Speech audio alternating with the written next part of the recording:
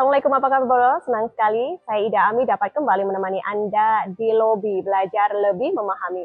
Lobi kali ini merupakan kerjasama antara Arek TV dengan DPRD Kota Surabaya. Dan tema Lobi kita hari ini adalah menyorot polemik akses dan status wilayah tanah warga Bulak Banteng, Banda Rejo bersama dengan narasumber yang sudah hadir di tengah-tengah kita.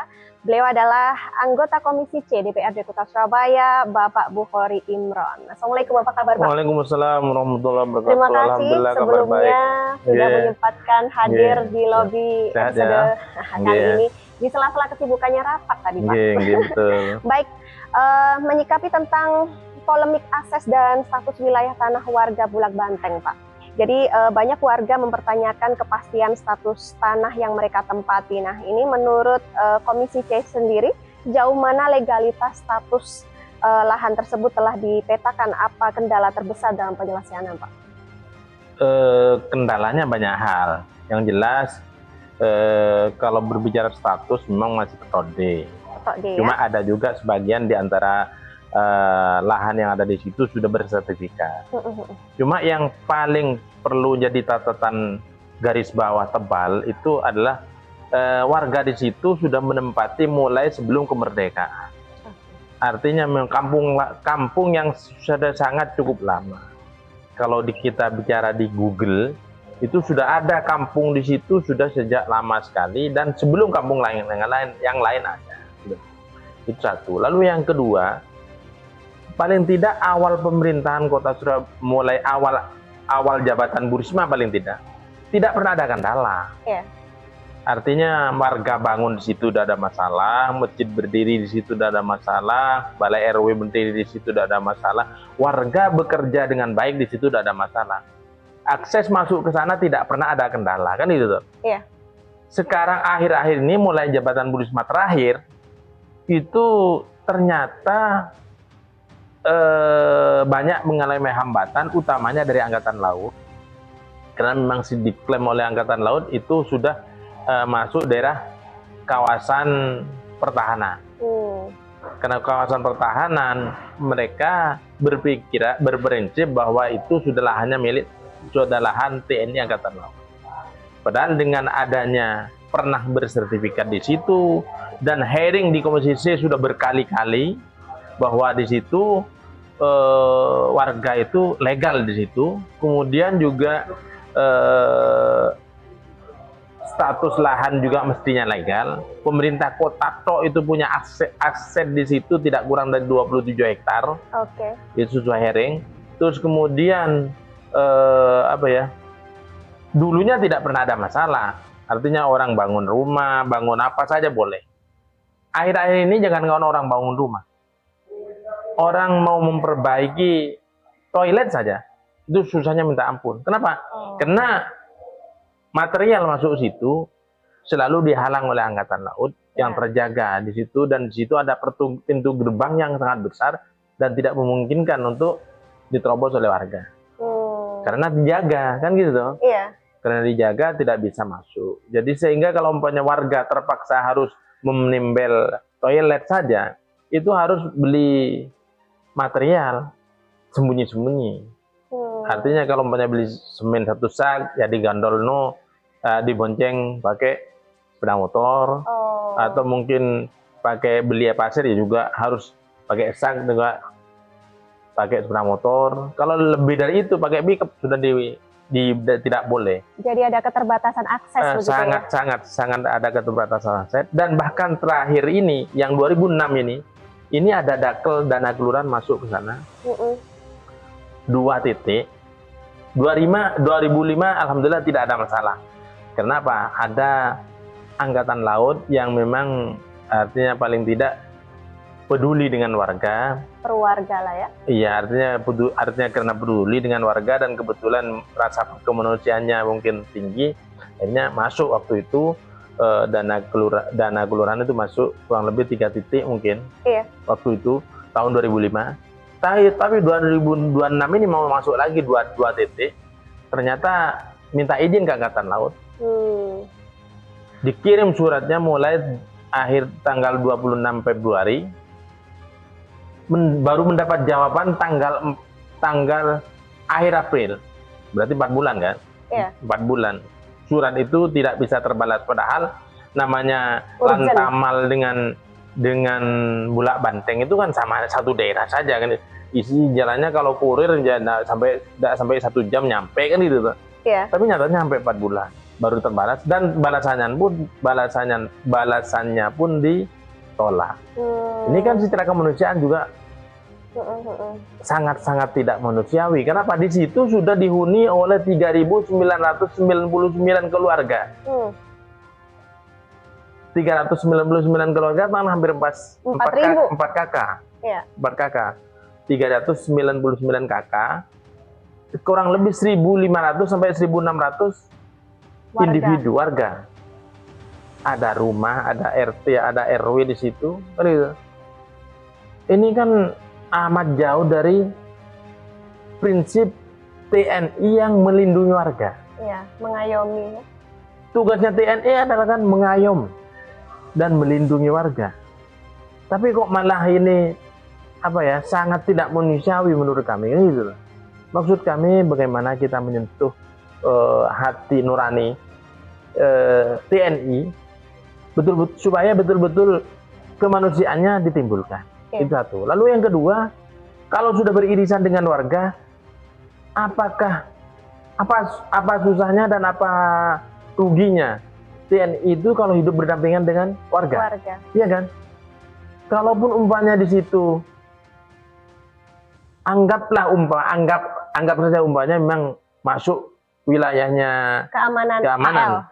Apakah dengan berdampingan dengan warga jadi tidak aman? Iya. Kan gitu tuh. Rasanya sangat jauh dari logika kan gitu. Iya. Terus ketiga juga umpamanya warga itu kan di sana adalah warga petambak. Karena petambak otomatis bagaimana nelayan ya Pak ya? Iya, nelayan juga ada petambak. Kalau petambak itu kan di situ otomatis penghasilannya dari ikan yang ditanam, yang ditandur lah biasanya. Dan otomatis bagaimana mengharapkan air rob bisa lancar. Karena air rob kalau lancar kan masuk ke sana, ke tambak-tambak itu. Begitu umpamanya drainase macam-macam itu susah dibenahi dengan baik, karena dana kelurahan susah, dana dari pemerintahan akses dana pemerintah ke sana susah. Otomatis kan mematikan sandang pangan. Lah itulah. Ini gimana pemikiran TNI? Nah, kami warga sana sudah berupaya juga sampai bersurat kepada Presiden, bersurat kepada TNI, bersurat kepada KSP, bersurat kepada macam-macam. Tapi masih susah untuk jangankan terrealisasi, jangankan terjawab. Artinya untuk jawab surat aja belum. Makanya karena saya ini kebetulan wakil rakyat dan juga dari dapil sana, walaupun saya secara politis satu pun tidak punya suara dari situ, dari kampung itu, satu saja tak punya, termasuk lahan sejengkal pun saya tidak punya lahan di situ. Tapi bagaimanapun saya wakil rakyat kan harus menyuarakan. Sampai di mana kira-kira? Saya berprinsip bahwa perjuangan itu tidak wajib hasilnya, tapi yang paling tidak harus perjuangannya, kan gitu. Kalau merasa yang mau menghasilkan hasil atau tidaknya itu urusan Allah, kan itu urusan yang maha kuasa. Ikhtiar dulu Pak. Makanya kita usaha bagaimana mengeluh dengan penguasa, karena penguasa yang ngatur lingkungan kita kan. Dengan pemerintah kota ya paling tidak pemerintah kota sudah berupaya, kan gitu. Tapi nyatanya mitra kita termasuk TNI Angkatan Laut, karena kan mitra dengan kita kan gitu. Dan mitra Angkatan Laut bagaimanapun berdomisili di Surabaya, mestinya harus sangat peduli dengan warga Surabaya, kan gitu. Ini kalau makanya saya terima kasih kepada panjenengan sebagai media, sebagai awak media. Mudah-mudahan dengan video media yang sampean ini nanti bisa minimal didengar oleh atasan, oleh jajaran TNI, oleh jajaran pemerintahan, sehingga nanti bisa ada pertimbangan tersendiri, kan gitu. Karena di Surabaya ini banyak sekali lahan yang bersentuhan dengan pemerintah, termasuk dengan Pertamina, dengan PT KAI, ini kan sangat bersentuhan dengan pemerintah.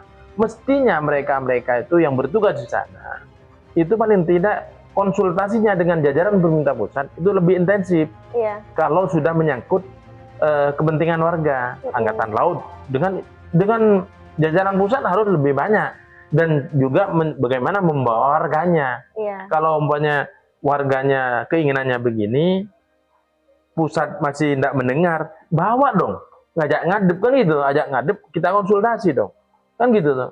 Makanya ini surat kami, surat ini yang sampean baca tadi, ini kan ini surat dari ke apa ini? Ada Kementerian Agraria, Kementerian Hankam, Kementerian bahkan ke Presiden. Iya. Belum terjawab. Ini surat dari RT dan RW setempat, warga setempat, kan gitu. Apalagi istilahnya mereka ini bukan pendatang begitu ya Pak ya, tetapi dalam artian mereka berpenghuni bahkan sebelum kemerdekaan dan memiliki mulai dari nenek moyang di situ. Betul. Ini orang sangat asli di situ, kan gitu. Dan untuk legalitasnya juga mereka memiliki izin ya Pak ya. Kalau izin dengan siapa? KTP ada kan itu. Kalau izin mau izin dengan siapa? Wong memang dari dulu sebelum kemerdekaan sudah di situ. Masih mau izin. Dalam artian untuk tanahnya sertifikat untuk tadi petok D kalau iya Pak Bukhari iya kan istilahnya kan gini. Orang tinggal itu di zaman dulu itu bahkan tanpa surat kalau dulu. Iya. Setelah kemerdekaan baru ditoto, kan baru ditoto diurus. Lah mereka sebagian yang punya yang IQ-nya cukup, memang ada yang ngurus sertifikat dan alhamdulillah dapat. Melek inilah ya. Jadi mengurus gitu ya. Nah, ini sebagian yang tidak ini. Yang melek administrasi ada yang sebagian mereka yang penting sudah nempatin tanah nenek moyang di situ kan sudah tidak mikir lagi. Yang penting bagaimana supaya mereka merasa mereka aman dan mereka merasa bisa bekerja dengan baik, kan sudah selesai. Kalau syukur kalau bisa menyekolahkan anak dengan baik kan gitu. Tapi kalau akhir-akhir ini bagaimana bisa menyekolahkan dengan baik kalau sandang pangan mereka sudah terganggu kan gitu. Iya. Mereka pikirannya juga terganggu, bukan hanya pikirannya aja, tapi semuanya terganggu di situ. Oleh sebab itu kami berdialog dengan panjenengan melalui lewat media ini, saya berharap mudah-mudahan dengan wawancara dengan sampean ini bisa tervideo dengan baik dan nanti mungkin bisa terviralkan kan gitu. Terinspirasikan. Baik, kita akan jeda break dulu Bapak. Jangan kemana-mana Bolo, sesaat lagi Lobby akan kembali. Tetap bersama kami.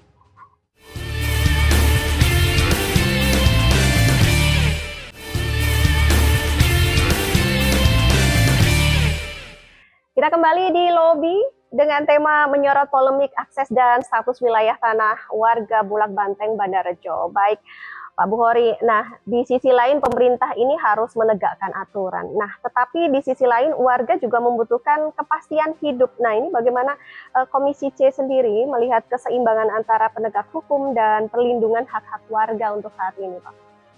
Begini, kami ini kan wakil rakyatnya, yang fungsinya hanya kontrol, legislasi, dan juga menganggarkan kalau memang ada anggaran yang harus masuk gitu. Tapi nyatanya kan seperti yang kami sampaikan tadi bahwa anggaran untuk ke sana kan susah. Termasuk PJU, termasuk PDAM, termasuk yang lain-lain kan. Tapi alhamdulillah sementara yang ada ini sudah masuk ke sana. PDAM sudah masuk, PJU sudah masuk. Cuma kan untuk pengembangannya dihambat sekarang kan gitu. Begitu dihambat kan susah. Maksud saya bagaimana supaya itu jangan ada hambatan-hambatan. Kenapa? Kalau ada hambatan itu kan seakan-akan tugas dan fungsi TNI sampai di mana? Tentang perlindungan terhadap masyarakat. Padahal fungsi TNI itu adalah melindungi masyarakat, mengayomi masyarakat kan gitu. Tapi nyatanya kan sebaliknya. Kenapa? Akses ke sana susah. Terus juga mendapat anggaran dari pemerintah susah. Kalau umpamanya mendapat anggaran dari pemerintah susah, ya jadinya kan susah semua. Seperti tadi masalah dana kelurahan. Itu fungsinya kan kalau umpamanya bisa ada drainase bisa masuk, anggaran drainase bisa masuk dengan baik, kan otomatis air laut untuk masuk ke daerah situ kan gampang. Jadi begitu ada rob, tidak akan ada sedimen yang menghambat masuknya air rob. Iya. Sedangkan air rob itu fungsinya untuk menghidupi ikan-ikan di tambak-tambak itu kan gitu. Iya. Makanya karena ini jadi hambatan begini, makanya saya sekali lagi terima kasih kepada teman-teman media yang ikut menyuarakan. Ini kalau dari pemerintah daerah setempat seperti kelurahan begitu ya, sudah ada hearing mungkin dengan Komisi C? Sudah berkali-kali Sudah hearing, berkali-kali bahkan, sudah berkali-kali hearing. Makanya tadi sudah saya sampaikan bahwa pemerintah kota punya lahan kurang lebih 27 hektar di sana, itu kan apa itu kan hasil hearing. Bahwa setelah diteliti ternyata pemerintah kota Tok punya 27 hektar di sana. Iya. Akhirnya 27 hektar itu kan tidak bisa diapa-apakan. Iya. Iya kan? Tidak bisa diapa-apakan. Kenapa? Karena dihambat oleh Angkatan Laut. Mestinya kan kalau hidup berdampingan, pemerintah kota siap membuat jembatan dari Tambak Udi langsung ke Bulak Bandeng Bandarjo. Iya. Kalau itu terjadi, kan enak. Taruhlah kalau umpamanya dari angkatan lewat dari akses yang diakui Angkatan Laut susah, lah akhirnya punya pilihan kan gitu, bisa dibikinin akses oleh pemerintah kota kan gitu. Tapi kalau semuanya dilarang kan susah. Akhirnya gimana kan, terisolir masyarakat di situ. Maksud saya, kalau umpamanya kerjasama yang baik, pemerintah kota dengan TNI Angkatan Laut sebagai pengayom warga, sebagai pelindung negara, otomatis insya Allah nanti bisa hidup, kalau bisa hidup bersama, kalau bisa hidup berdampingan kan enak. Iya. Sehingga Angkatan Laut itu kalau umpamanya pensiun kan juga balik ke warga kan, ya kan? Sekarang lagi dinas. Begitu umpamanya tidak dinas kan otomatis balik ke masyarakat. Lah kalau umpamanya hidup berdampingan kan enak. Anak-anaknya Angkatan Laut mungkin bikin rumah di situ, bikin rumah di sekitaran itu juga bisa dapat anggaran dari pemerintah kota Surabaya, karena pemerintah kota ini punya lumayan anggaran kan gitu tuh. Iya. Yang anggarannya bisa disalurkan ke masyarakat. Begitu anggarannya tidak bisa disalurkan ke masyarakat kan otomatis keluhan, paling masyarakat kan bisanya mengeluh. Iya kan? Kirim surat tidak dibalas. Kan repot jadinya. Ya satu-satunya salurannya lewat wakilnya, anggota DPRD. Kalau DPR RI susah. Kan gitu. Paling kepentingan mereka kan kalau sudah pas waktu hampir pemilu saja. Tapi kalau DPRD, walaupun saya tidak punya suara satupun di sana, tapi sering ditamuni ke rumah kan gitu. Kenapa? Mereka tahu bahwa saya anggota DPRD kan gitu. Makanya saya bagaimanapun, saya sekali lagi terima kasih kepada media yang mau menyuarakan masalah ini kan gitu.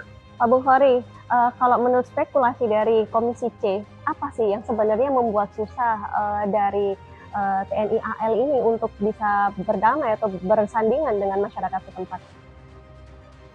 Ya kalau menurut kami tidak tahu sebenarnya ya, karena apa, memang itu fungsinya Angkatan Laut bukan pengamanan. Ya. Mungkin mereka beranggapan tidak aman kan gitu. Tapi bagi saya tidak amannya dari mana kan gitu. Angkatan Laut berdampingan dengan warga, rasanya kan tidak ada masalah kan gitu tuh. Mestinya masyarakat bisa untuk bangun juga tidak ada masalah, apalagi anggarannya juga dari pemerintah kota kan gitu. Betul. Mestinya kan kalau di situ bisa dibangun, di situ bisa dimanfaatkan dengan baik, kalau umpamanya warga bisa bertani dengan baik, itu nanti akan memakmurkan semuanya kan. Betul. Angkatan Laut juga umpamanya beli ikan di situ juga gampang kan itu, tidak akan murah, tidak akan mahal-mahal. Kemudian kalau umpamanya di situ bisa anggaran pemerintah kota masuk, karena di situ sudah diplotting sebagai daerah Kenjeran, itu diplotting oleh pemerintah kota sebagai daerah wisata. Iya. Bahkan khusus Bulak Bandeng Bandarjo sudah diplot sebagai daerah wisata bahari. Kalau bisa jadi wisata bahari, bisa dikembangkan di situ, Angkatan Laut pun kan akan semakin makmur ke depan. Iya. Kan gitu toh. Karena apa? Karena kalau semakin negara makmur, rakyatnya semakin sejahtera, otomatis TNI-nya akan semakin sejahtera kan gitu. Iya. Makanya maksud kami itu bagaimana caranya agar surat-surat yang datang dari masyarakat itu TNI Angkatan Laut segera merespon. 1, 2, khusus pimpinan di pusat, bagaimana caranya supaya betul-betul artinya kepentingan warga bersama-sama dengan Angkatan Laut penting. Kenapa?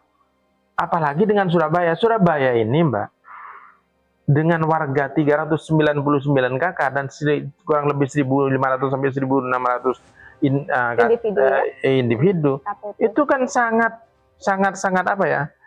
Sangat berkepentingan. Kenapa? Kalau umpamanya nanti terjadi gesekan atau mungkin angkatan laut dengan alasan keamanan mau dipakai tanah di situ, mau pakai wilayah situ, mau dikemanakan warga itu? Iya, sekarang masih belum ada seperti itu. Kalau ada kebijakan sampai terjadi, apakah ada nangis darah nanti, kan gitu masyarakatnya yang ada di situ. Lalu kedua, beban pemerintah kota betapa beratnya, ya kan? Kenapa harus memindahkan mereka? Memikirkan 399 kakak tadi. Iya, terus juga 1.600-an individu dan juga memindahkan mereka. Mau dipindah kemana? Iya. Sementara yang anti rusun saja di kota Surabaya itu sudah 7.000 lebih. Kalau umpamanya di situ tambah 1.600 ataupun tambah apapun yang nambah PR yang sangat berat. Ini makanya saya selalu ngebet bagaimana supaya ini jangan sampai terjadi. Kenapa?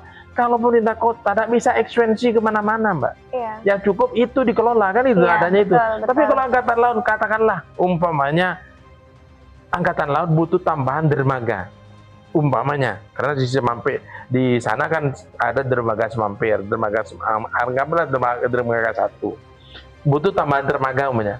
Bisa ekspansi ke Pasuruan, bisa ekspansi ke Gresik, bisa ekspansi ke Bangkalan, bisa ke seberangnya itu. Lebih mudah sebenarnya. Lebih mudah, iya kan. Dan lagi pula daerah lain tambah hidup. Taruhlah banyak ekspansi ke Bangkalan, ujung barat di daerah Ciiring sana. Itu nanti akan menambah keindahan kota Surabaya dan juga menambah kesejahteraan Bangkalan, karena Bangkalan akan berkembang dengan sendirinya dengan angkatan laut masuk ke situ, kan gitu toh. Otomatis daerah Bangkalan akan lebih makmur kan gitu toh. Lah ini kan pasti pemikiran begitu. Kalau angkatan laut gampang, ekspansi kemanapun bisa. Tapi kalau umpamanya kota Surabaya mau ekspansi kemana? Mau ekspansi ke Pasuruan, ya diusir sama Pasuruan, tidak mungkin boleh kan itu. Karena wilayah kota terbatas, dan lahan ini sangat terbatas. Dan ingat, kota Surabaya ini sudah mendunia. Persaingannya bukan hanya untuk bersaing dengan kota-kota lain di Indonesia, tapi bersaing dengan kota-kota lain di dunia. Dan sudah menjalin sister city dengan kota-kota lain di dunia. Dengan kita Yusu Jepang sudah sister city. Dengan Barcelona Inggris sudah sister city. Dengan beberapa kota lainnya banyak yang sudah sister city. Kalau umpamanya sudah begitu, nanti bagaimana bisa bersaing kota Surabaya dengan kota-kota lain di dunia? Jangankan dengan kota-kota lain di dunia, dengan kota-kota lain di Indonesia susah. Kenapa? Surabaya ini, Mbak, di bidang wisata sudah kalah dengan Banyuwangi, sudah kalah dengan Batu, sudah kalah dengan Pasuruan. Padahal kota besar ini. Ini yang mestinya harus saling pikir, saling bantu dengan instansi pemerintah terkait, khususnya Angkatan Laut, dengan Pelindo, dengan Daop, dengan instansi-instansi pemerintah yang ada di Surabaya. Saling menunjang, tidak saling kunci. Ini kan saling kunci. Lah kalau banyak saling kunci begini, nanti warga di situ terjadi gejolak. Kan jadi beban berat terhadap pemerintah kota. Sama dengan pengkhianatan kan kalau yang repot juga pemerintah kota Surabaya nih. Pertama yang paling repot pemerintah kota Surabaya. Tapi ujung-ujungnya juga negara. Kalau sudah ujung-ujungnya negara kan juga TNI juga. Yang susah ya. Iya, TNI juga kan gitu. Pak Bukhari, kalau menurut dari Komisi C sendiri melihat ini sebenarnya polemiknya terjadi sejak kapan sih, Pak? Ya sejak akhir pemerintahan Bu Risma. Sejak akhir pemerintahan Bu Risma itu, begitu umpamanya akhir Bu Risma memang sangat getol untuk merjuangkan warga sana. Tapi nyatanya kan terjadi hambatan-hambatan itu dan berlanjut sampai sekarang. Baik, kita break usai jeda, Pak. Oke, siap. Boleh jangan kemana-mana, sangat menarik sekali. Kita akan break sesaat lagi. Tetap di Lobby.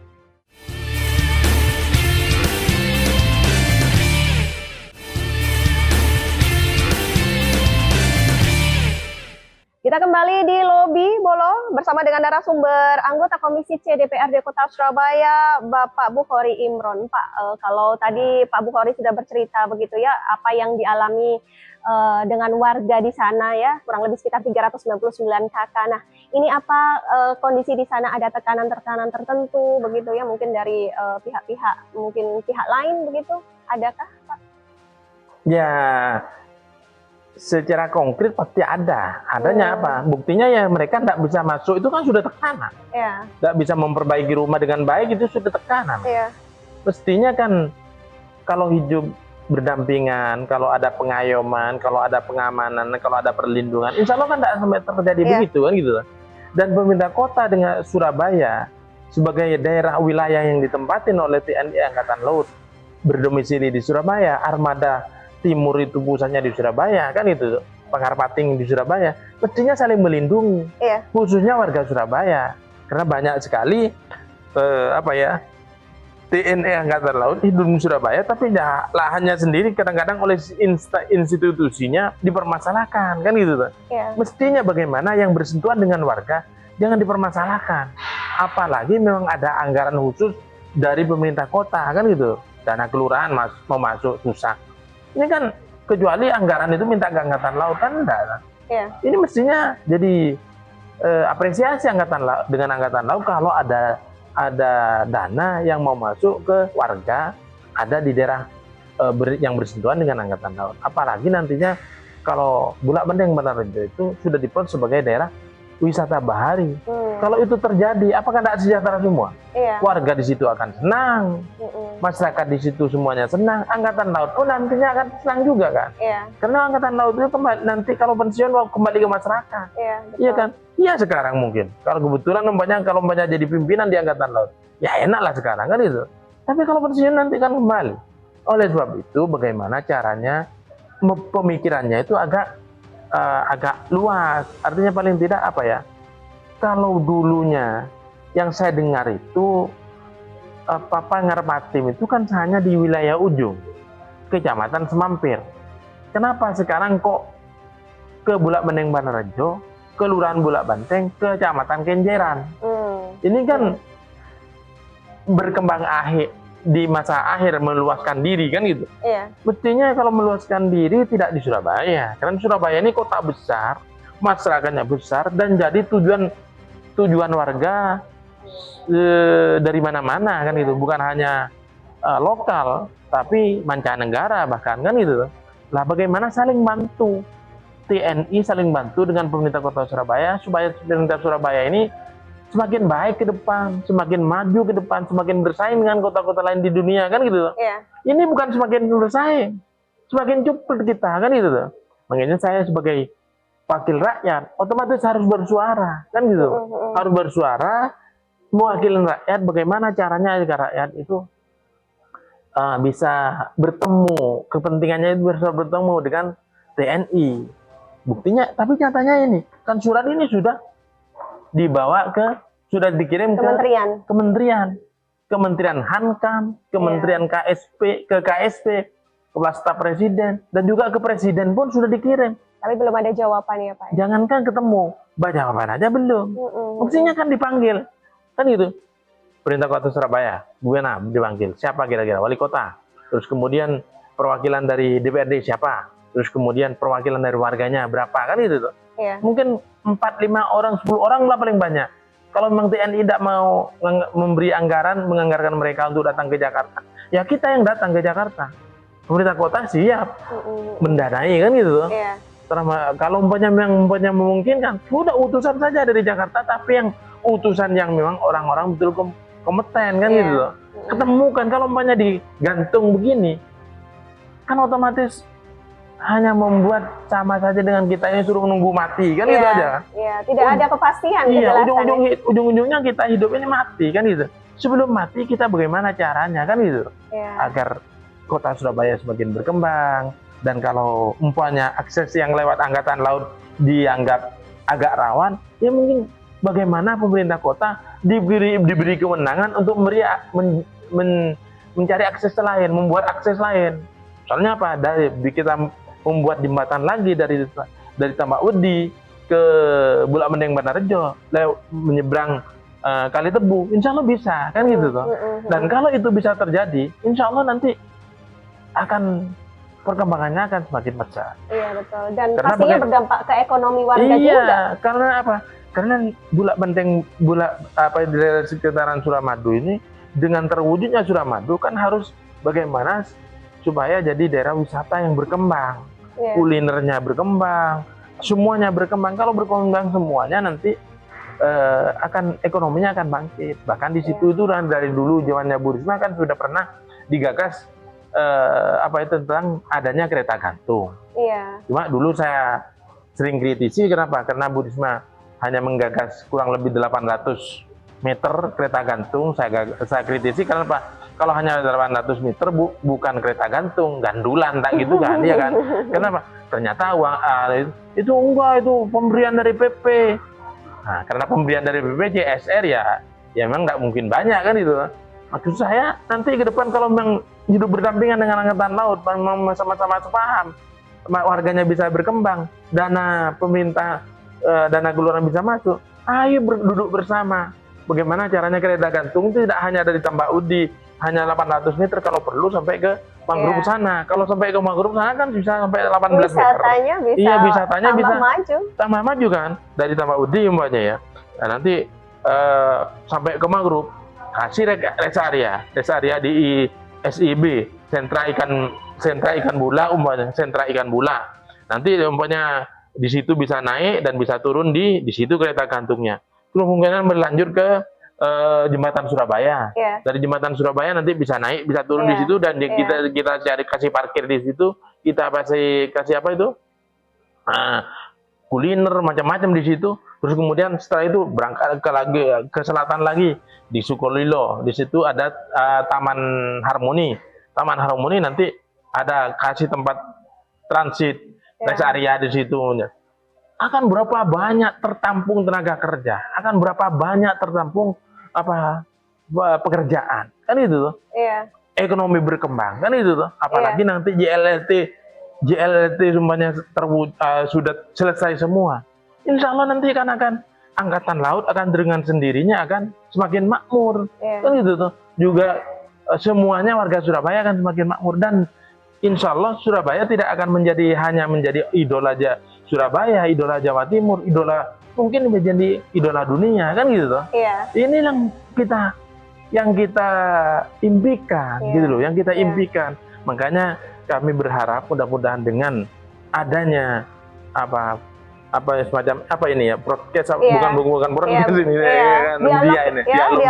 dialog media ini, mudah-mudahan nanti tervideo dengan baik, dan nanti hasilnya diviralkan, nanti ada yang baca, dan nanti mungkin wawancara ditambahi dengan mantan dengan RW, dengan masyarakat setempat, dengan warga setempat, nanti kita sempurnakan nanti hasilnya, kan gitu. Kalau ini sekarang paling tidak keluhan kita ya supaya betul-betul didengar oleh pemerintah, dan khususnya barangkali ada yang bisa dengar yang punya kebijakan di TNI Angkatan Laut bagaimana ke depan. Karena bagaimanapun di situ warganya punya hak. Kenapa? Ada buktinya, ada yang bersertifikat.